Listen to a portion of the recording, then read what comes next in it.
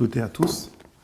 Nous nous trouvons au sein de l'ambassade du Burundi au Royaume de Belgique avec Monsieur l'ambassadeur Terence Ntahi Raja.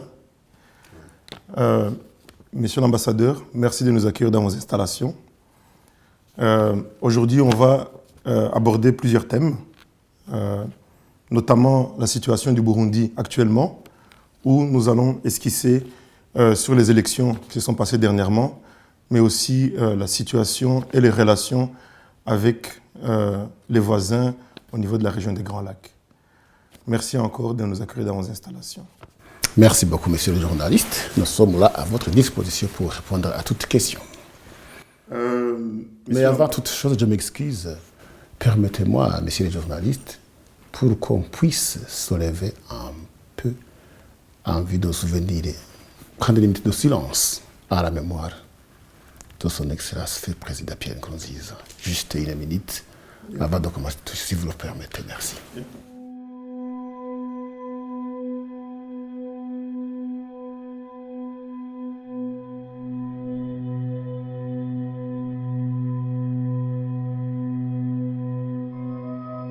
Merci beaucoup, monsieur l'ambassadeur.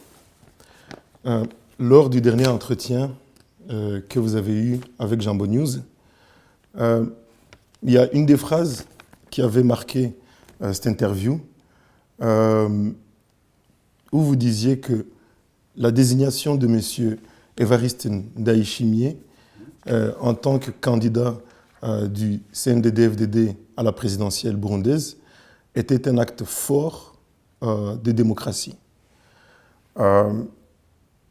Des mois plus tard, M.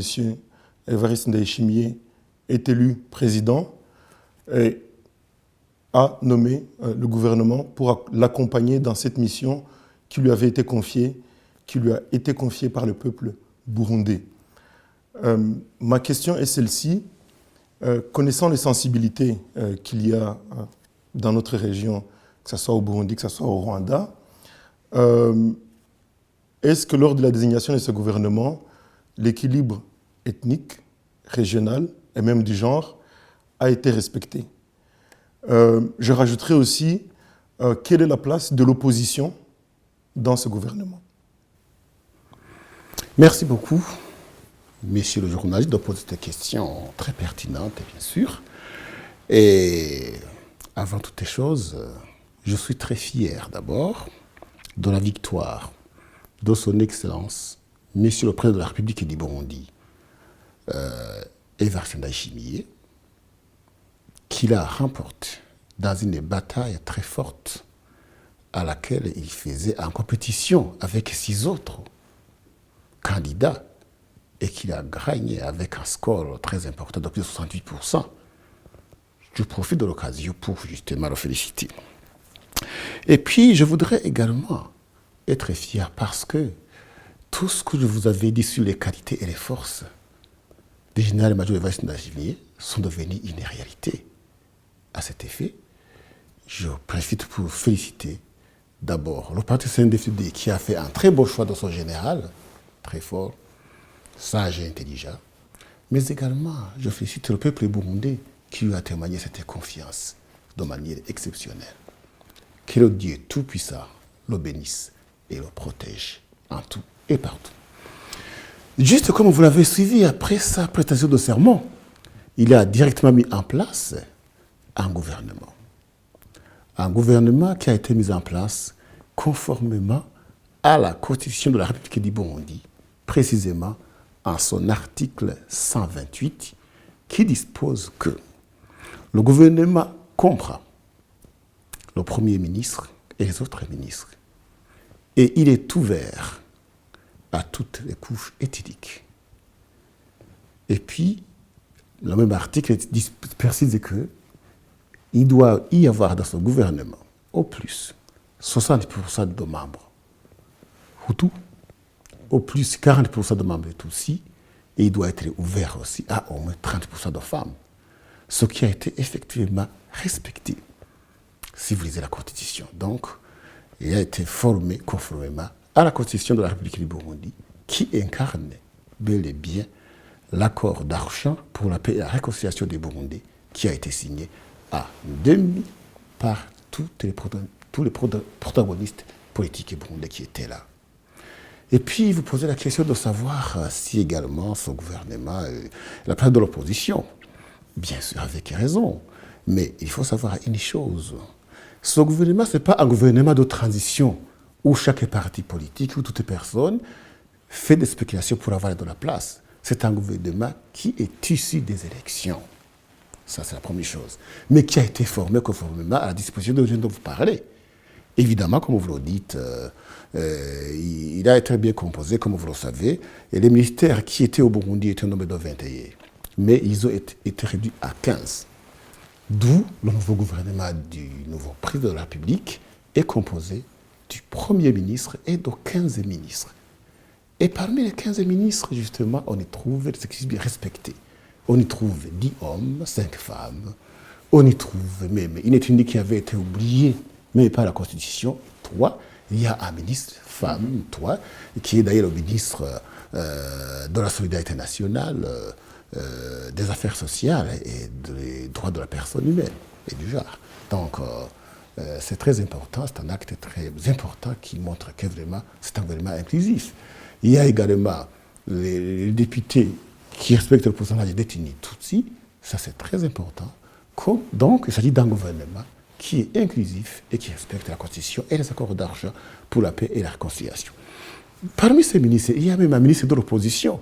Je peux citer le ministre des infrastructures, des travaux publics et beaucoup d'autres, et je crois, et des logements. C'est le ministre qui est président du parti PIBU, qui est un parti de l'opposition. C'est un exemple. Donc, c'est vraiment un gouvernement rassemblé qui tient compte de tous les éléments qu'exige la Constitution de la République du Burundi. Voilà. Merci, monsieur l'ambassadeur. Si on revenait un peu sur la composition de ce gouvernement, tantôt on en parlait, que ce soit les réseaux sociaux ou les médias influencent beaucoup notre conception des choses. Tout à fait. Et je ne sais pas si vous avez suivi on va mettre entre guillemets la polémique, ou ce qui est monté dans les médias ou sur les réseaux sociaux, Exactement. où on disait qu'une partie du gouvernement était composée, la prépondérance, si je peux dire, des militaires était assez importante, et que cela pouvait nuire, on va dire, aux libertés et aux droits humains. Que répondez-vous à toutes ces personnes qui ont une inquiétude par rapport à ça, et que répondez-vous à toutes ces personnes pour pouvoir justement les rassurer? Merci beaucoup. D'ailleurs, avant de répondre, j'aimerais ajouter que même les équilibres régionaux, comme vous l'avez posé auparavant, sont respectés. Parce que sur 18 provinces, il y a 14 provinces au moins qui sont représentées. C'est déjà ça. Et il faut savoir une chose. Un ministre n'est pas nommé pour aller représenter sa province ou sa commune. Il est allé là pour servir le peuple burundais. C'est d'ailleurs ce que le chef de l'État les recommande dans ses derniers discours très importants qu'il a prononcés. Alors, vous dites que finalement, sur les réseaux sociaux, on se lamente comme quoi il s'agit d'un gouvernement militaire et qui ne respecte pas la démocratie. C'est faux et archi faux. J'aimerais vous dire, messieurs les journalistes, que toutes les personnes qui propagent de tels propos sont ceux qui ont essayé de plonger le Burundi en 2015 dans un gouffre. Et ils le font sciemment, ce sont des mensonges, et ils ont d'autres visées politiques et mal intentionnées. Pourquoi? Le nouveau gouvernement est composé de 15 ministres.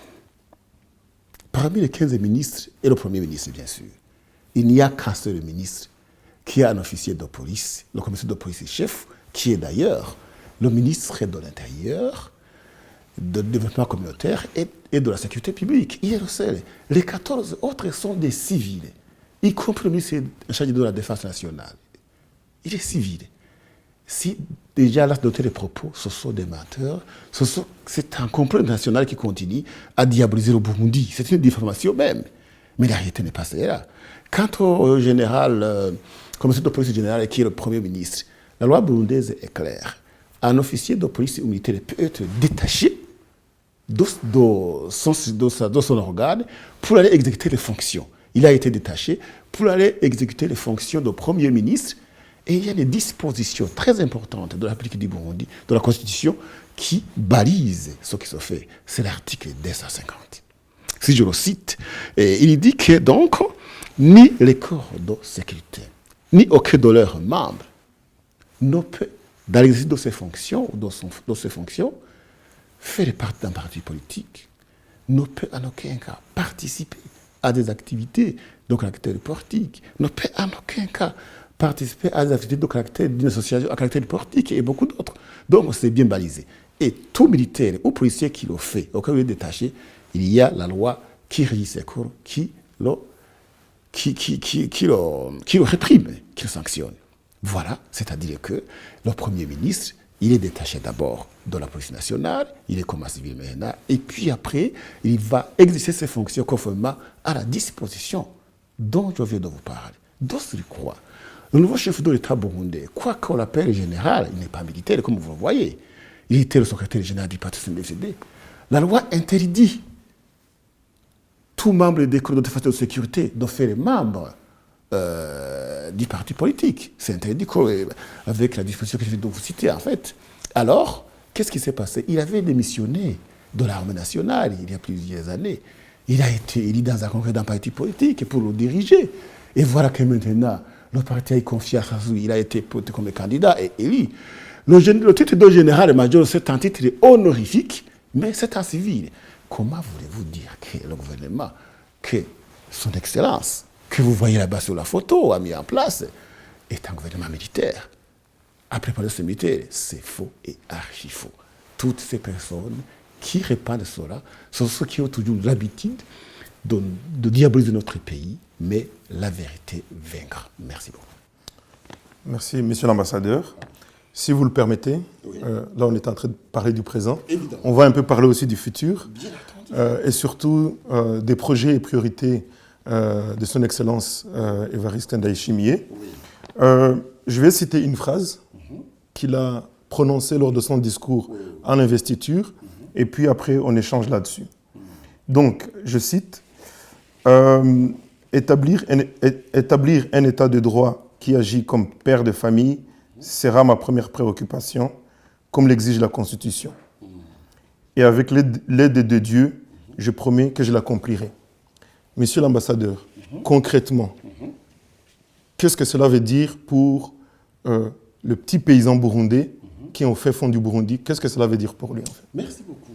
En présentant cette noble mission, le chef de l'État burundais, son Excellence, M. Évariste Ndayishimiye, a voulu réaffirmer son engagement à construire encore un ordre politique, un système de gouvernement inspiré de réalités de notre pays et fondé sur des valeurs de justice, de démocratie, de bonne gouvernance, de pluralisme, de respect de liberté, des droits fondamentaux de l'individu, de l'unité, de la solidarité, de la compréhension mutuelle, de la tolérance et de coopération mutuelle entre les groupes ethniques de notre société.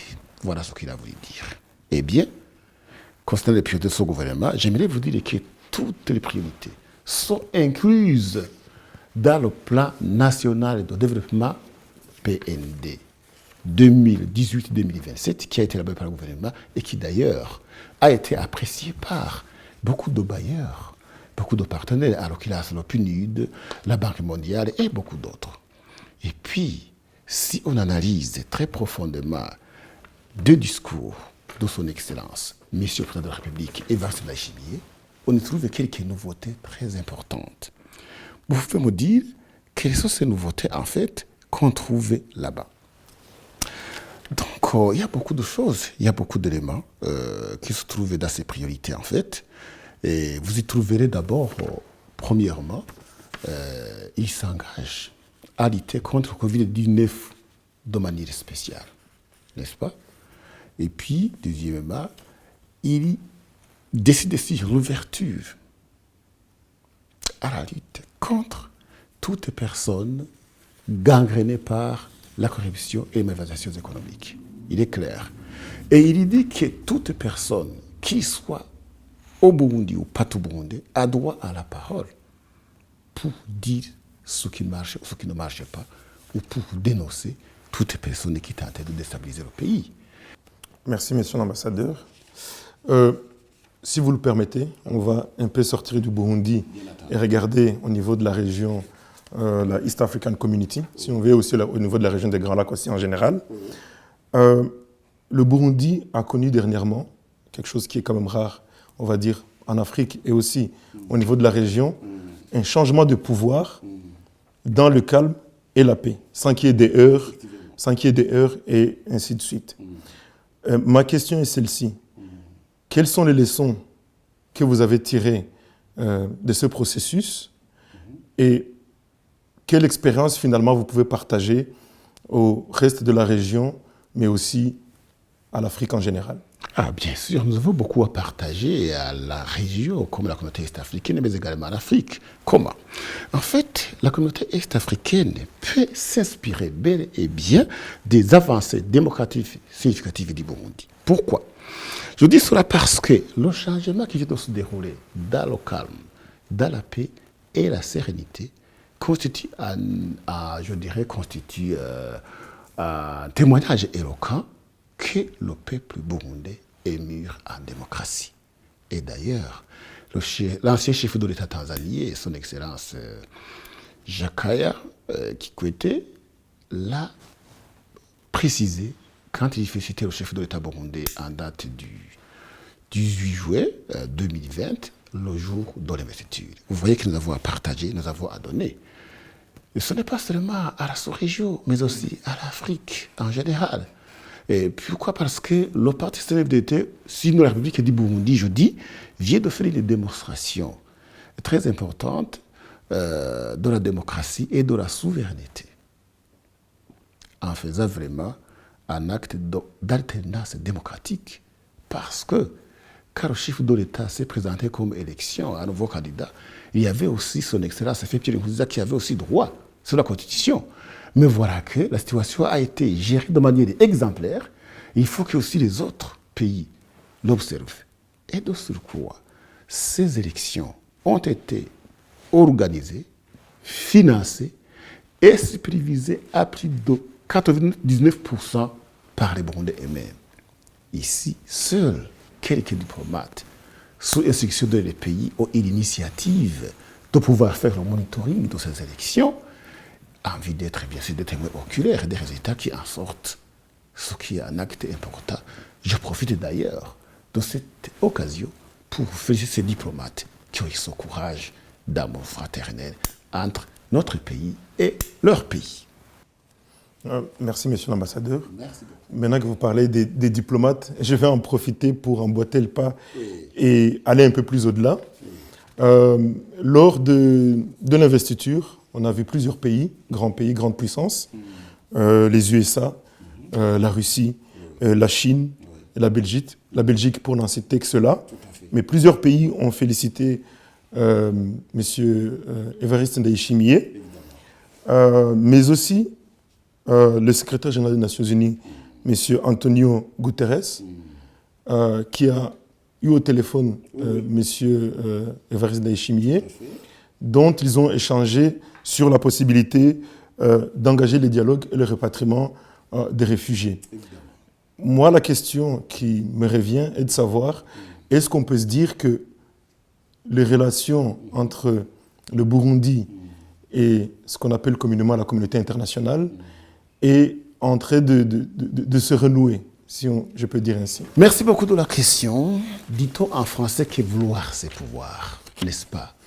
Même si dès aujourd'hui, les Occidentaux le décident, il serait très facile de renforcer et d'améliorer nos relations avec ces derniers. Il suffit qu'ils aient la bonne volonté, mais à condition que ces relations soient basées sur le principe de gagnant-gagnant, dans le principe du respect de la souveraineté de chaque pays. Il n'y a pas de problème. Quand à notre République, il est ouvert. Ici, je voudrais vous faire une citation de son Excellence, M. le Président de la République, dans son discours, justement, lors de l'investiture, qu'il a dit. Il a dit donc que nous croyons que la planète Terre est unique et qu'aucun pays ne peut le revendiquer seul, alors que chaque pays a sa part. Nous croyons aussi qu'aucun pays ne peut vivre isolé. Est-ce que vous comprenez? Je fais un accent là-bas. Si le Burundi n'était plus ce serait au début de la désagrégation de la terre. Et c'est la raison pour laquelle les pays gardent des liens étroits, chacun a son rôle à jouer dans le concert des nations. Vous voyez que le nouveau chef de l'État burundais est très ouvert et il est clair et il affirme qu'aucun pays ne peut être isolé et que cette terre que Dieu nous a donnée, chaque pays a une contribution à faire pour que justement nous entretenons la terre que Dieu nous a donnée et pour que aussi les relations, pour aussi vivre. Et comme vous le savez, l'homme seul n'est rien. Il faut toujours s'entraider avec les autres. Le chef de l'État, vous voyez que ça c'est très fort, ça montre qu'il est ouvert. Donc, nous pensons que l'Occident, même ici dès aujourd'hui, ils ont suivi ce message. Mais malheureusement, les médias, certains médias, au lieu d'oppuser en profondeur le contenu des messages du nouveau président, ils ne cherchent qu'à diaboliser, comme vous l'avez réalisé. Quand je vous ai fait la démonstration de la composition du gouvernement, est-ce qu'il y a combien de militaires? D'ailleurs, il n'y a aucun militaire, sauf le policier qui est le ministre de l'Intérieur et le Premier ministre. Sur 16 personnes, 2. Où se trouve la prépondérance? Voilà le mensonge qui se répand dans le monde. Il en est de même.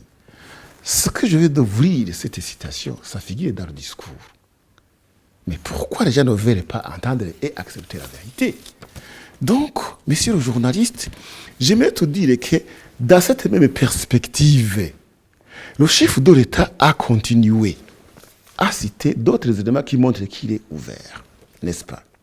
Il a dit ceci. C'est à ce titre, ce que je vais te citer en fait, que nous restons ouverts aux pays et aux organisations des pays qui souhaitent davantage un rapprochement avec le Burundi pour nouer, entretenir des relations de complémentarité pour l'intérêt planétaire. Vous voyez vraiment que le chef de l'État burundais, il est clair sur la diplomatie, les portes sont ouvertes, mais les journalistes, au lieu de faire répandre ce message, il ne faut que diaboliser, mentir, mais jusqu'à quand? La vérité vaincra, je le répète. Dans le cadre de la coopération économique, il est plus explicite. Je suis toujours sur votre question. Il dit ceci, je cite et j'ouvre les guillemets. Nous nous engageons à offrir aux investisseurs étrangers un cadre idéal d'un partenariat toujours gagnant-gagnant, car cela est possible. Ainsi, comme Dieu nous a fait le privilège d'avoir un pays qui regorge des ressources naturelles et des richesses naturelles, en contrepartie, ils investiront leur argent. Toutes les parties auront à y gagner et nous invitons donc les investisseurs étrangers à saisir de nombreuses opportunités d'affaires offertes par le Burundi. Vous voyez ce message du chef de l'État? Non seulement la diplomatie politique ou quoi, mais aussi la diplomatie économique. Alors, qu'est-ce que les autres pays qui continuent à diaboliser le Burundi veulent que le Burundi fasse? Il y a plus que ça, monsieur le journaliste, n'est-ce pas?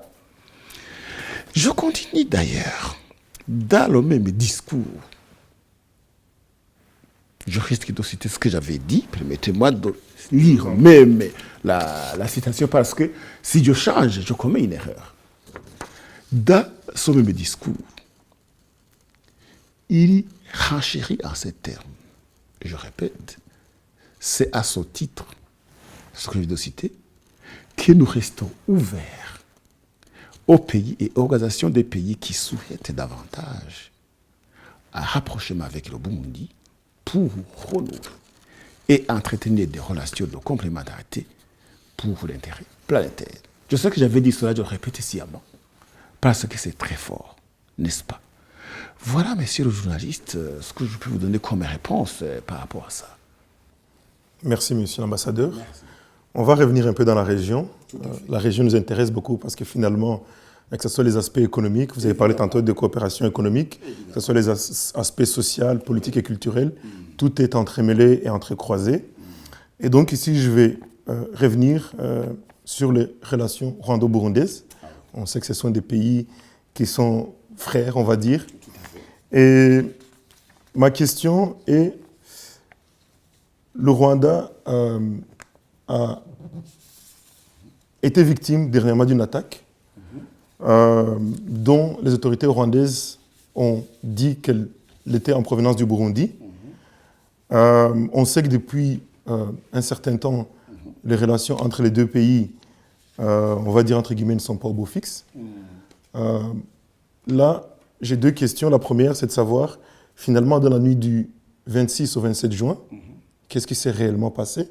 Parce qu'on sait qu'on était dans la période du côté burundaise, et on sortait de la période du deuil national, avec le décès de son Excellence, M.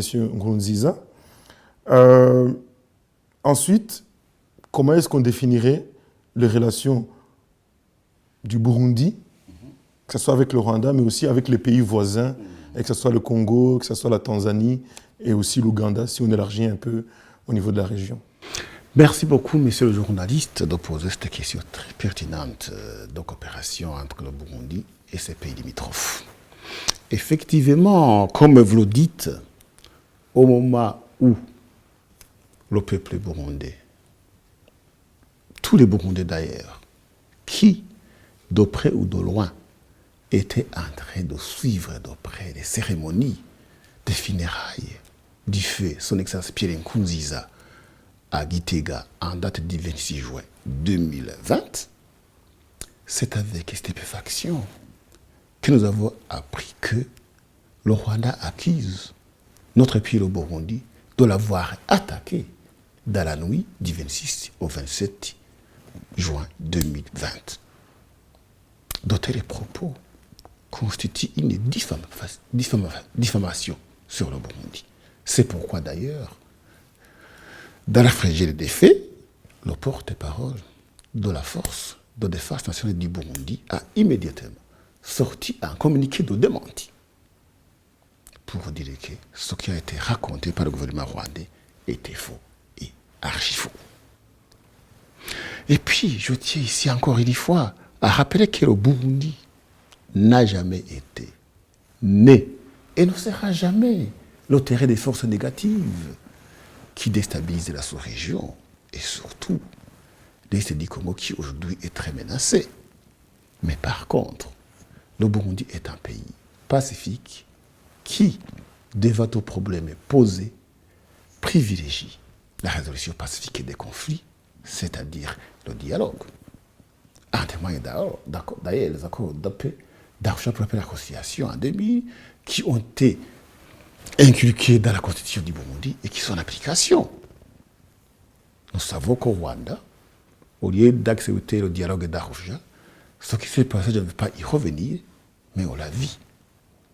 N'est-ce pas? C'était en 1994.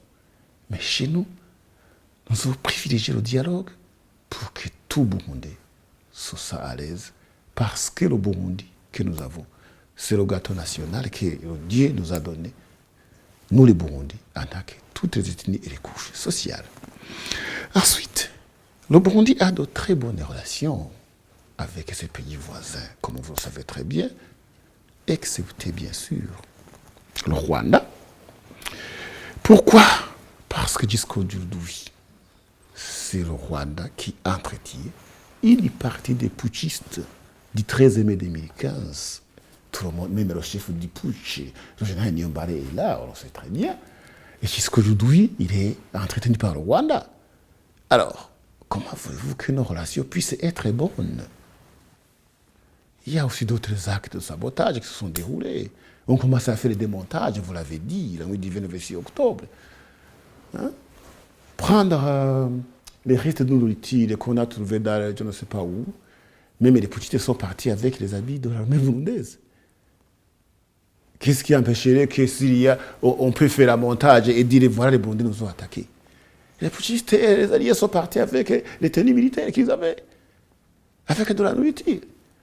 Nul n'ignore que l'attaque qui a eu lieu, je crois, c'était juste avant les élections, quand ils sont venus dans la nuit et tuer les militaires des Burundais dans la forêt. Nous ne sommes pas partis avec tout le matériel des Burundais et la nourriture. Vous montrez sur les réseaux sociaux ces boîtes de conserve sur lesquelles c'était qui les Burundais et les habits. Y a-t-il une surprise pour faire un montage? Voilà. Donc, ces relations ne sont pas du tout bonnes, comme vous le dites. Et puis, j'aimerais vous dire que c'est un problème sérieux, mais nous pensons et nous avons l'espoir que la situation va évoluer. Parce que, comme je l'avais toujours dit, vouloir c'est pouvoir. Il suffit que les deux gouvernements, le gouvernement burundais et le gouvernement rwandais, décident de s'asseoir ensemble et de trouver à ces questions. Mais, attention, à ce qui nous concerne, les portes sont déjà ouvertes. Je vais reciter son Excellence que vous voyez à la photo. Monsieur le Président de la République, une petite citation, permettez-moi de la lire pour que je ne puisse pas commettre l'erreur. Quant au gouvernement burundais, son Excellence, Monsieur le Président de la République du Burundi, Évariste Ndayishimiye, a déjà été clair en ces termes, je vais les guillemets. Nous restons ouverts aux pays et organisations des pays qui souhaitent davantage un rapprochement avec le Burundi pour nouer et ou entretenir des relations de complémentarité pour l'intérêt planétaire. Je fais les guillemets. Ça figure dans son discours d'investiture.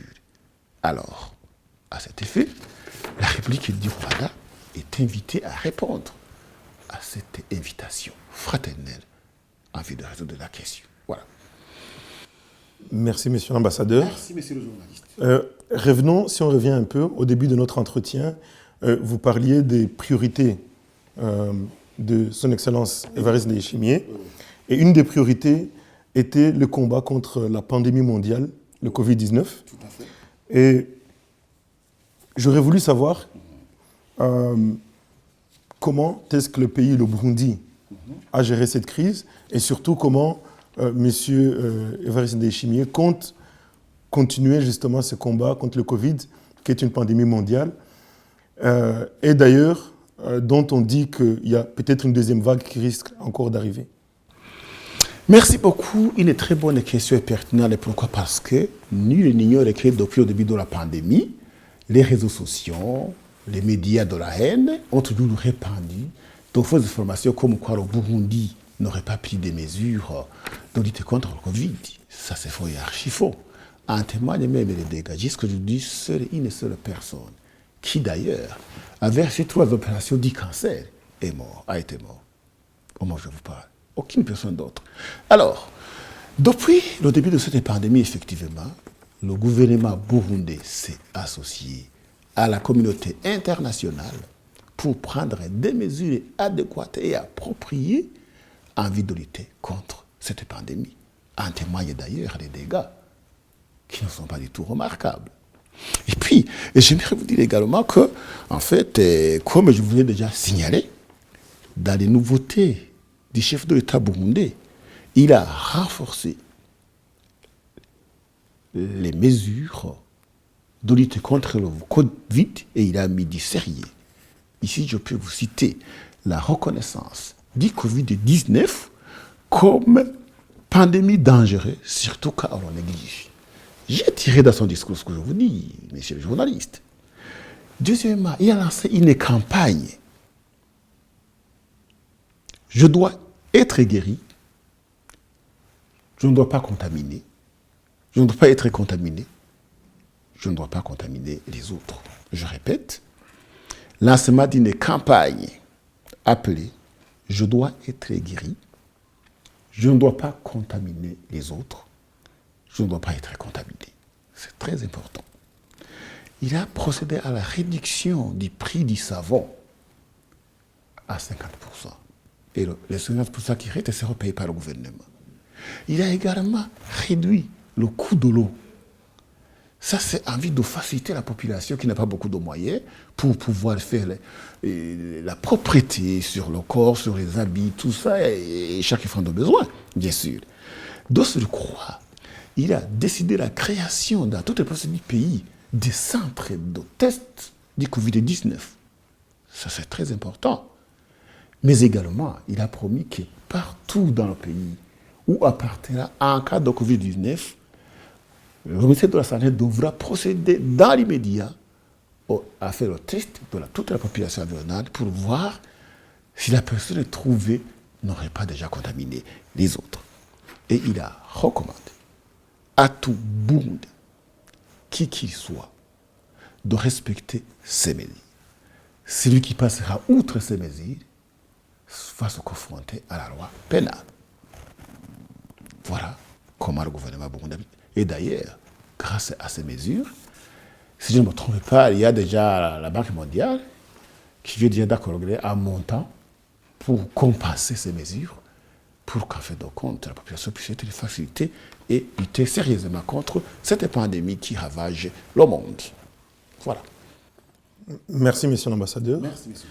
Ici, je voudrais attaquer un point qui est, on va dire, fondamental dans notre région. Tout à fait. Et qui dure depuis des dizaines d'années. C'est la question du réfugié.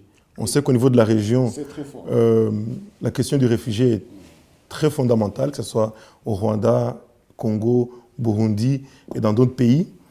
Mais ici, spécifiquement pour le Burundi, tantôt vous avez parlé de la crise de 2015, évidemment, où beaucoup de réfugiés, beaucoup de citoyens burundais ont quitté le Burundi pour aller dans les pays voisins. Les statistiques que nous avons disent qu'une grande partie est rentrée, a déjà regagné leurs collines et sont rentrés au Burundi. Mais il y a la question de l'autre partie qui reste en exil. La question, c'est quelle est la situation actuelle de ces réfugiés et surtout vous, en tant qu'ambassadeur au Royaume de Belgique, au Royaume du Luxembourg et auprès de l'Union européenne, quel message donnerez-vous à tous ces réfugiés qui vivent dans ces pays pour qu'ils puissent bien saisir la problématique burundaise et surtout, finalement, on va dire, les rassurer pour qu'ils puissent rentrer chez eux? Merci beaucoup de poser cette question pertinente qui rend non seulement le Burundi, non seulement l'Afrique, mais aussi le monde entier, suite au changement climatique, suite aux guerres et beaucoup d'autres, n'est-ce pas? Vous le savez très bien. Mais ici, c'est intéressant. Pourquoi? Parce que les médias de la haine et les autres, depuis 2015, ont toujours répandu une information erronée. Comme quoi, c'est à partir de 2015 qu'un bon nombre de Burundais a fui le pays suite à des problèmes politiques. C'est faux et archi faux. Permettez-moi de faire un regard rétrospectif sur les malheurs qu'a connu le Burundi suite aux dictateurs militaires qui ont dirigé le pays. C'est à partir des années 1960 que le Burundi a commencé à connaître les malheurs de refuge.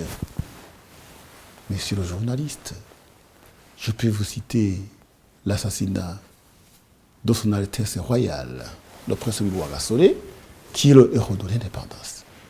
Assassiné le 13 octobre 1961, et tout a commencé par là.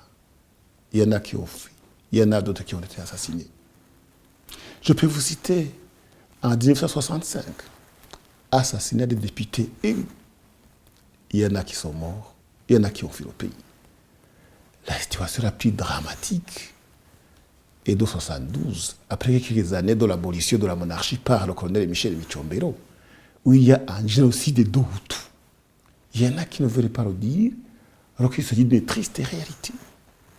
Là, assassinat, je ne sais pas de combien, l'histoire nous le dira, mais j'aimerais vous dire que ça a été catastrophique. Les Burundais ont fui en Tanzanie, ailleurs en Afrique. Les autres sont morts. Au moment où je vous parle, il y a la commission Vérité et Réconciliation qui est à l'œuvre, qui a découvert des centaines de fausses communes, plein des morts de 72, on ne sait pas combien. L'histoire nous le dira, les résultats nous le diront de son travail. Je suis toujours à 72. Hein. Souvenez-vous, en 1988, sous le major Pierre Buyoya, 5000 Burundais assassinés dans 2 communes. La commune Nega de la province de Kirundo et la commune Marangara de la province de Ngozi. Vous imaginez, en une fraction de seconde, assassinés par un gouvernement militaire, est-ce un génocide ou pas? L'histoire nous le dira. Je continue. En 1993, au moment où le peuple burundais commençait à respirer. Parce que c'était la résurrection, sinon la renaissance de la démocratie. Parce que le colonel Michel Micombero avait, après l'abolition de la monarchie, il avait effacé tous les partis politiques, sauf un parti unique qui a été dirigé par les militaires et finalement, qui a été détourné. Alors, en 1993, la population a poussé un soupir de soulagement. Elle a participé aux élections démocratiques, qui a respecté tous les principes démocratiques, et ils ont élu son Excellence Melchior Ndadaye. La photo est là. Après 3 mois de gouvernance, il a été lâchement assassiné. À cette période, combien de Burundais ont fui le pays? Des milliers et des milliers. Des milliers et des milliers, messieurs les journalistes. Et voilà, donc, en 2015, il y a eu un refuge humanité. C'était un scénario bien organisé par le complot national, parce que en 2015, tous les gens qui fuyaient, ils venaient à la PAF, ils achetaient les passeports et les enfants, tout ça, ils partaient bien, sans problème, parce qu'il y avait une mobilisation comme quoi il faut qu'ils quittent le pays, qu'il n'y a pas de paix. Au Rwanda, il y avait les bus à la frontière qui les attendaient impatiemment pour les transporter. Voilà, c'était un système organisé pour replonger encore une fois le Burundi dans le gouffre. Alors, suite à tous ces événements, des milliers et des milliers de Burundais, les uns morts et les autres ont fui le pays.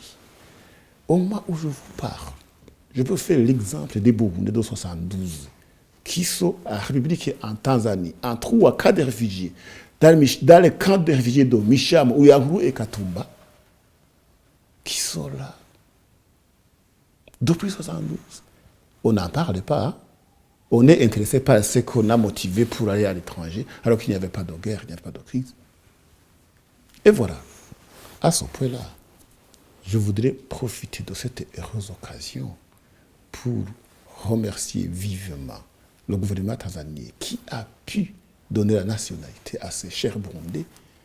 Ils sont là, ils sont très nombreux. Et quand on parle des réfugiés, des Burundais, on dirait qu'il n'y a pas de réfugiés, il n'y a pas de mort. Pourquoi? Et malheureusement, tout cela a eu lieu, mais la communauté internationale, les médias, les Nations Unies, personne n'a osé, n'ose même aujourd'hui dire, voilà, il faut qu'au Burundi, il y ait des enquêtes pour voir cette vérité qui a eu lieu. Les forces qui sont là, qu'on découvre, on ne parle pas. Le problème, c'est le putschiste qui veut qu'il entre les têtes hautes sans être jugé comme les autres. Le Burundi n'acceptera jamais ça. C'est un pays indépendant et souverain. Il faut qu'il le sache, messieurs les journalistes. Et puis, pourquoi alors cette situation dramatique des années? Il n'y avait pas de démocratie. La démocratie avait été enterrée les années 65-66. Ce n'était que des coups d'État qui se faisaient. Il y a d'abord le colonel Michel Micombero qui a aboli la monarchie, il a assassiné l'officier du roi. Quand vous allez ici à Amba, vous allez visiter comment s'est passée l'histoire. Et lui, après, il a fait le coup d'État. Il a été limogé par le colonel Jean-Baptiste Bagaza. Ce n'était que ça. Et lui aussi, hier, le major Bouya qui est venu. Et chaque fois, tous ces malheurs frappaient la population burundaise. Mais aujourd'hui, les nerfs sont tendus comme quoi les réfugiés de 2015, ils sont très nombreux, alors que c'est très peu nombreux par rapport à tous les autres réfugiés qui ont fait le pays, dont certains sont venus et d'autres sont encore à l'étranger. Quand vous avez posé la question, vous avez dit que c'est une question pertinente. Effectivement, c'est une question pertinente. Il faut que vous l'écoutiez. Il faut que cette vérité soit dite. Alors, ici, c'était juste pour clarifier le concept de réfugiés dans notre sous-région. Revenons alors, si votre sous-question, donc comment se présente la situation de rapatriement de ces derniers réfugiés, environ 400 000, effectivement, qui ont fait en 2015. Au mois lors de l'interview précédente, j'avais été clair, c'était plus de 226 Burundais qui étaient rentrés. Actuellement, le processus a continué. Le chiffre depuis 2016 jusqu'au 18 mai 2020, nous sommes à plus de 254 245 personnes. De 2016 au 18 mai 2020. Si vous faites la différence par rapport au chiffre que vous aviez, le processus continue. Mais ces médias qui répandent de la haine disent que les réfugiés ne rentrent pas. Mais nous avons le regret de nos frères burundais qui sont dans le cas de Mahama au Rwanda, qui ont été pris en otage, à qui on n'accepte jamais de rentrer. Ce n'est qu'en Katimini qui fuit le cas, celui qui le veut. Quand j'étais au ministère de l'Intérieur, j'avais reçu beaucoup. Je crois qu'en 2018, on avait déjà reçu environ 300, mais qui ont fui différemment avec les papiers DHC, les pendant la nuit avec les motards, parce qu'on vous attrape mal à toi. Et nul n'ignore qu'on avait déjà recruté parmi eux des jeunes pour venir saboter le gouvernement burundais et l'État du Congo, ça c'est clair. Il y a une ONG américaine qui a fait des enquêtes qui a été claire et qui l'a dit. Et vous vous souvenez très bien que au niveau de la CI et de GRL, on a procédé aux enquêtes. Lui, il a accusé le Burundi d'avoir érogé des Interahamwe, effectivement. On a ouvert les portes, la commission est venue, n'a rien trouvé, elle a sorti le rapport. Quand ça a été le tour du Rwanda, jusqu'aujourd'hui, on n'a pas accepté que ce travail se fasse de manière réciproque. Qu'est-ce que cela signifie? Pourquoi 2 poids, 2 mesures entre 2 pays? Voilà alors, messieurs les journalistes, la réponse que je pourrais vous donner. Et le processus de rapatriement continue sans difficulté aucune. Chose étonnante d'ailleurs, même pendant la campagne électorale, il y a des convois qui ont continué à venir. C'est une fois dans l'histoire. En tout cas, pour ce qui fait que la population a vu que, effectivement, vous l'avez vu dans la question, et les élections se sont faites dans le calme et dans la paix et la sérénité. C'est pourquoi le processus ne s'est jamais arrêté, et jusqu'aujourd'hui. Voilà une réponse que je peux donner à votre question. Mais je voudrais faire un clin d'œil aux médias et aux autres personnes qui croient que sont eux qui connaissent ces informations, qui continuent à diaboliser notre pays. Il faut qu'ils cessent parce que ça n'a pas de sens. Ça n'aboutit à rien parce que la vérité vaincra, la vérité est là, la population est là, les chiffres sont là, les gens qui sont venus ils témoignent. Alors comment voulez-vous cacher cela? Voilà. Merci, monsieur l'ambassadeur. Notre entretien touche, on va dire un peu petit à petit à la fin, mais je vais quand même poser une dernière question, si vous me permettez. Il y a quelques jours, le Burundi célébrait le 58e anniversaire de son indépendance. En tant qu'ambassadeur, quel message donneriez-vous à la communauté burundaise en Belgique et au Luxembourg et finalement auprès de l'Union européenne? Merci beaucoup de poser la question. Le message que je donne, ce n'est pas seulement à ceux qui sont en Belgique, parce que les Burundis sont un peu partout, parce qu'il faut suivre ces réseaux sociaux, il faut le comprendre. D'abord, comme je l'ai toujours dit, la diaspora burundaise, que ce soit ici en Belgique, au Luxembourg ou ailleurs, semble être divisée. Pourquoi? Parce qu'une partie d'entre les membres de cette diaspora s'est ralliée aux putschistes du 13 mai 2015 et ont commencé des mouvements de lutter contre leur propre patrie. Une autre partie, patriote bien sûr, jusqu'à maintenant réclame que les partenaires viennent au Burundi, qu'on soit ensemble pour appuyer notre pays. Alors, l'union fait la force. L'homme seul n'est rien. Le Dieu Tout-Puissant nous recommande de nous aimer les uns les autres. Pourquoi ces divisions? Je recommande ou je demande à tous ces Burundais de la diaspora, partout où ils sont, d'éradiquer toute amertume qui les divise et de privilégier tout acte positif qui les unit. Ensemble, nous allons vaincre. Je les invite à appuyer le nouveau chef d'État burundais dans son slogan qui dit qu'ensemble, tout est possible. C'est ça son slogan principal. Ensemble, tout est possible. Mais en le divisant, on n'aboutira à rien. Il faut le savoir. Voilà le message que je leur donne. Je vous remercie. Merci, Monsieur l'ambassadeur. C'est sur ce message que nous concluons notre entretien. Je voudrais, au nom de l'équipe Jambo News, vous remercier de nous avoir accueillis dans vos installations et en espérant vous voir bientôt. Merci beaucoup. Merci bien. Que Dieu vous bénisse.